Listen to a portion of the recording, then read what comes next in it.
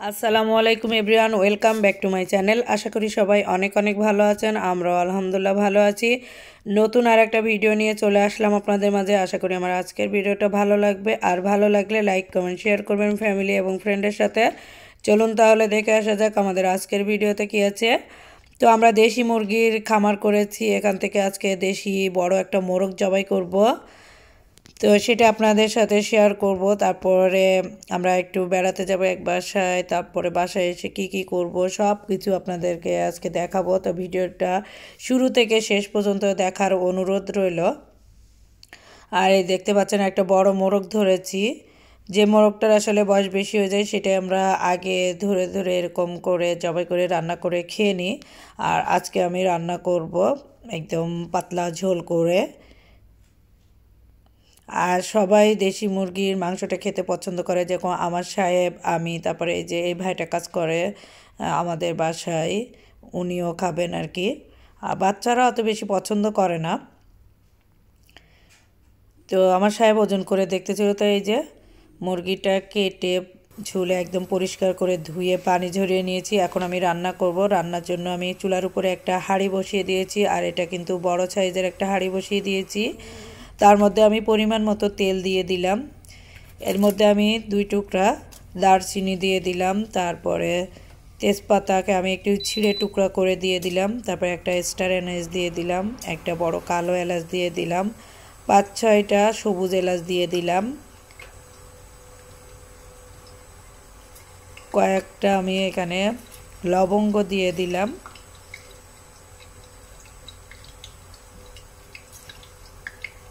এখানে পরিমাণ মতো আমি গোলমরিচ দিয়ে দিলাম। তো গোলমরিচটা একটু বেশি দিয়ে দিলাম যাতে একটু ঝাল ঝাল হয়। তো দিয়ে আমি চুলাটা অন করে মশলাগুলো একটু ভেজে নিচ্ছি, এতে করে খুব সুন্দর একটা ফ্লেভার বের হবে।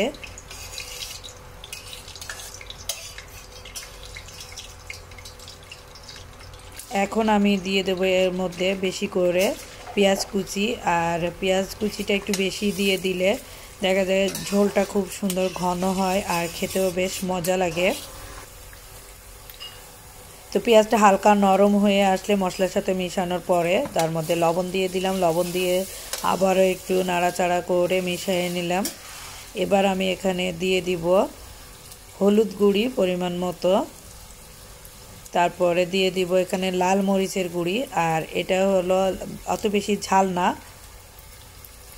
তো আমি আমার পরিমাণ মতো দিয়ে দিচ্ছি, আপনারা আপনাদের পরিমাণ মতো দিয়ে দিবেন। আর আমার মুরগিটা দেখছেন অনেক বড়। তো এখানে আমি রসুন গুঁড়ি দিয়ে দিলাম পরিমাণ মতো, আদা গুঁড়ি দিয়ে দিলাম পরিমাণ মতো, ধনিয়া গুঁড়ি দিয়ে দিলাম পরিমাণ মতো, জিরার গুঁড়ি দিয়ে দিলাম পরিমাণ মতো।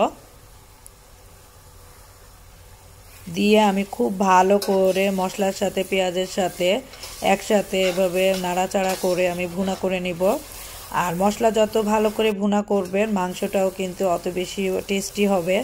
তো এখন আমি এর মধ্যে দিয়ে দিব 1/2 কাপ পরিমাণ পানি। পানিটা দিয়ে আমি মশলাটা খুব ভালো করে রান্না করে নিব, এতে করে কাঁচা গন্ধটা চলে যাবে। অনেক সময় দেখা যায় যে মশলায় কাঁচা গন্ধটা থেকে যায়, পানি দিয়ে এরকম জাল করে নিলে সেই গন্ধটা আর থাকে না। তো এখন জাল করে নিয়েছি, আর দেখতে পাচ্ছেন মশলার উপরে তেলটা উঠে এসেছে। এখন আমি সেই পরিষ্কার করে রাখা মোরগের মাংসগুলা দিয়ে দিচ্ছি। তো মাংসগুলো আমি দিয়ে দিয়েছি, দিয়ে হালকা একটু নাড়াচাড়া করে নিচ্ছি। তারপর আমি এর মধ্যে দিয়ে দিচ্ছি চামড়া, পা, তারপরে হাত, এগুলা। তো এগুলাও আমার বাসায় আমার সাহেব খায়, তারপরে একটা ভাই আছে উনিও খান, সেই জন্য এগুলা দিয়ে দিচ্ছি। এগুলো আমার বাচ্চারাও খায় না, আমিও খাই না।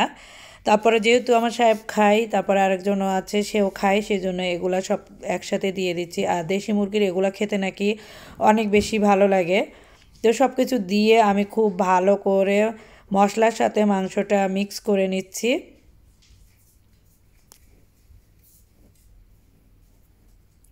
আর মাংসটা যত বেশি ভালো করে ভুনা করবেন খেতে কিন্তু ঠিক তত বেশি মজা হবে। তো আমি একটু ঢেকে দিয়েছিলাম, ঢেকে দেওয়ার ফলে দেখতে পাচ্ছেন কত পানি বের হয়েছে মাংস থেকে। আর এখানে মাংসের ভুনাটা এই পানি দিয়েই হয়ে যাবে।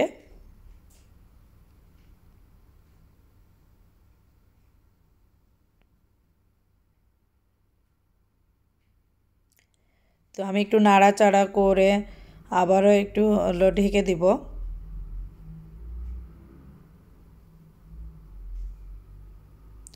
তার মধ্যে আমি দিয়ে দিলাম একটু গরম মশলার গুঁড়ি। গরম মশলাটার গুঁড়ি দিয়ে আমি আবার মাংসের সাথে মশলার সাথে মিক্স করে নিব।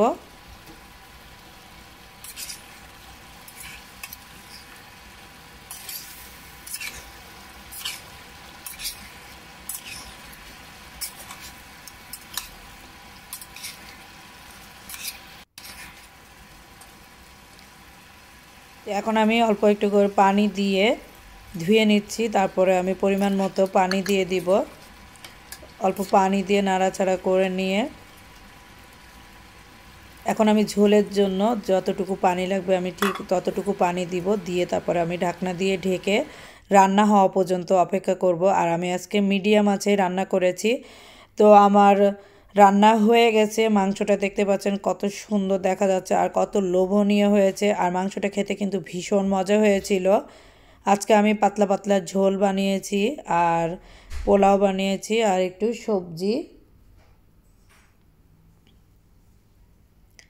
তো মাংস রান্নাটা হয়ে গেছে।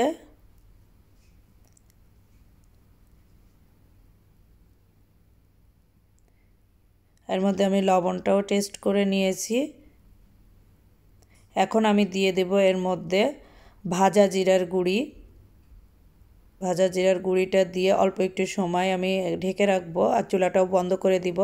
তারপরে পরিবেশন করে আপনাদেরকে দেখাবো কেমন হয়েছে। তো একটা বাটির মধ্যে যে আমি উঠাই নিয়েছি, দেখতেই পাচ্ছেন কত সুন্দর কালার হয়েছে। দেখতে যেমন সুন্দর হয়েছে, খেতেও কিন্তু এরকম মজা হয়েছিল। আর সবাই অনেক পছন্দ করেছিল। বাচ্চাদেরকে আজকে একটু খাওয়াইছিলাম। আসলে বাচ্চারা দেশি মুরগির মাংসটা খেতে এত বেশি পছন্দ করে না, তারপরেও অল্প একটু করে দিয়ে টেস্ট করাইছি।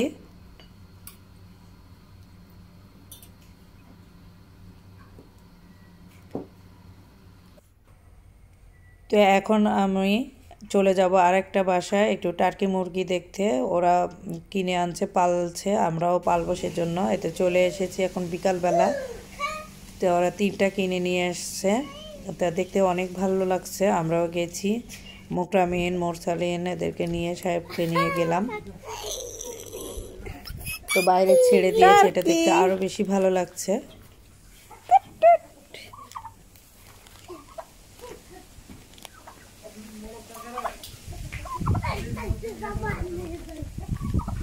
সবাই মিলে আসলে গেলে অনেক বেশি খুশি লাগে। পাখি পাখি পাখি পাখি পাখি পাখি পাখি পাখি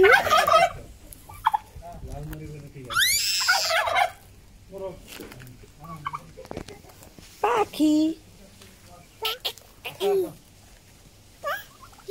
পাখি পাখি। হ্যাঁ দেখছি আমি। তো মুরগিগুলোকে আবারও ঘরের মধ্যে উঠাই দিয়েছে। মুরগি বলছে আর কি টার্কি, আর কি টার্কিও মুরগির মতোই আর কি। তো ওদেরকে আবার ঘরের মধ্যে উঠাই দিয়েছে। আর দেখতে কিন্তু ভীষণ সুন্দর লাগছে।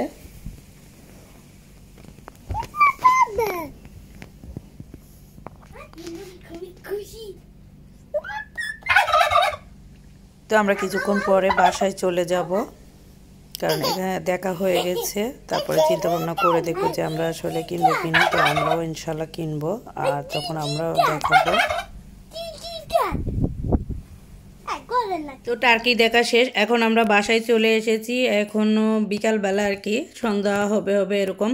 তো একটা ভাই বাংলাদেশ থেকে আমাদের একটা কাঁঠাল নিয়ে এসে দিয়েছে, আর অসময়ের কাঁঠাল। তো কাঁঠালটা দেখে আমার কাছে টেনশন লাগতেছিল আসলে ভিতরে কেমন হবে না হবে। তো ভেঙে আমি এত খুশি হয়েছি যে বলে বোঝানোর মতো না, এত সুন্দর, মানে দেখতেও যেমন সুন্দর, খেতেও সেরকম মজা। আর এটা ছিল খাজা কাঁঠাল। তো মাশাআল্লাহ ভাইকে আসলে অসংখ্য ধন্যবাদ দিয়ে আসলে তাকে ছোট করা যাবে না।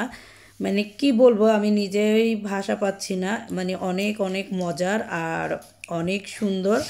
আর কাঁঠালের কোয়াগুলো বেশ বড় বড়। তো ছোট একটা প্লেট নিয়েছিলাম, সেখান থেকে আমি বড় একটা প্লেটের মধ্যে উঠায় নিলাম। আর এই যে ভেঙে এখন কোয়াগুলো রেখে বাকি সব পরিষ্কার করে নিয়েছি। তো এখন আমি খাবো, আর বাচ্চারাও আছে, ওরা খাবে। তো ওদেরকে বাটিতে করে দিয়ে দিব, আর আমি বক্সের মধ্যে উঠায় রাখবো। তারপরে আমার কয়েকটা ফ্রেন্ডদেরকেও দিব। এখানে কিন্তু 36টা কোয়া হয়েছিল শুধু কাঁঠালের। মানে এত বড় বড়, মাশাল্লাহ মাশাল্লাহ, অনেক অনেক সুন্দর। আর খেতে বলছি না, অনেক মজা খাজা কাঁঠাল। আর মিষ্টিটাও ছিল বেশ ভালো, ভিতরে বিচিটাও কিন্তু অনেক ভালো ছিল। তো এটা দিয়ে আমি আশা করি মুরগি রান্না করব। অনেকে পছন্দ করেন, আবার অনেকে করেন না। তবে আমাদের যশোরে কিন্তু কাঁঠালের বিচি দিয়ে মুরগির মাংস দিয়ে রান্না করে, খেতে কিন্তু ভীষণ মজা লাগে। আর এটা আমার ছোটোবেলা থেকে খাওয়া অভ্যাস, আমার মায়ের হাতের। তো ওইভাবে আমি রান্না করব। আর আমি কাঁঠালটা উঠাচ্ছিলাম আর মাঝে মাঝে একটু করে খাচ্ছিলাম, খেতে কিন্তু ভীষণ মজা লাগতেছিল। তো যাই হোক, দেখতে পাচ্ছেন এত সুন্দর। এখন আমি এই যে বক্সের মধ্যে উঠায় নিচ্ছি। তো এখানে রেখে ঢাকনা দিয়ে ঢেকে রাখবো। তারপরে আমি সবাইকে দিয়ে আসবো একটু পরে, কিছু কাজ আছে সেগুলো সেরে আর কি। আর যদি প্লেটের মধ্যে এরকম রেখে দিই তাহলে পুরো ঘর কাঁঠালের গন্ধ হয়ে যাবে, সেই জন্য আমি একটা বক্সের মধ্যে উঠায় রেখে দিচ্ছি।